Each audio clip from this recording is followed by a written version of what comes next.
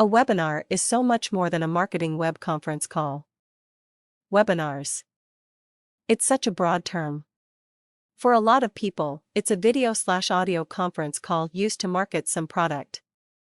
Since many of us use video and audio conference bridges for team meetings and client discussions, the logical step for marketing a product is to use of that same bridge.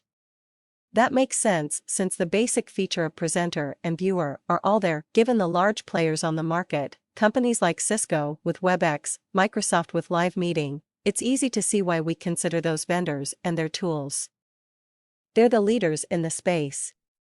But running down that path can seriously limit your success. Here's why. Let's consider the basic pieces and parts that go into producing a webinar. A slide deck, usually an MS PowerPoint. It works just like when you present to a live audience. A service to connect presenters to viewers. This includes live video and audio at a prescheduled time. A mechanism for communicating meeting times.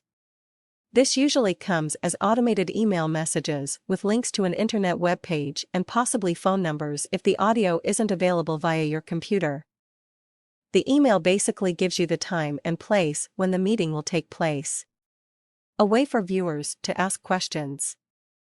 If you leave the lines open, viewers can always ask questions or use a chat feature for submitting questions during the presentation. Note, I recommend keeping the viewer lines on mute.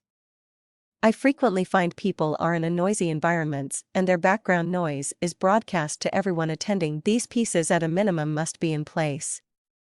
You must have the right services/tools in place so you look, sound and come across as prepared and professional. A word of advice: learn to use the tools. I can't tell you how many times I've logged into one of these presentations and hear the presenter fidgeting with the presentation tool, apologizing for the delay, followed by several minutes where the presenter is still shaken from the stress of the near disaster. But there are a few other pieces that are critical if what you want is to market your product with style. You need a way to send invitations out systematically to your potential list of customers. This should include not sending invitations to people that already registered. You should consider a feature enabling viewers to see you. That's critical for connecting personally with your audience. You need a series of friendly, customized reminder messages that look like they're coming from a human being. These are a must to encourage people to show up and keep them from forgetting. Consider a registration website, meeting attendance site, and webinar replay site that isn't plastered with the webinar vendor's branding. You want people to remember you, not them. You can greatly benefit from a feature that automatically sends thank you messages to everyone that attended and sorry we missed you messages to everyone that missed it.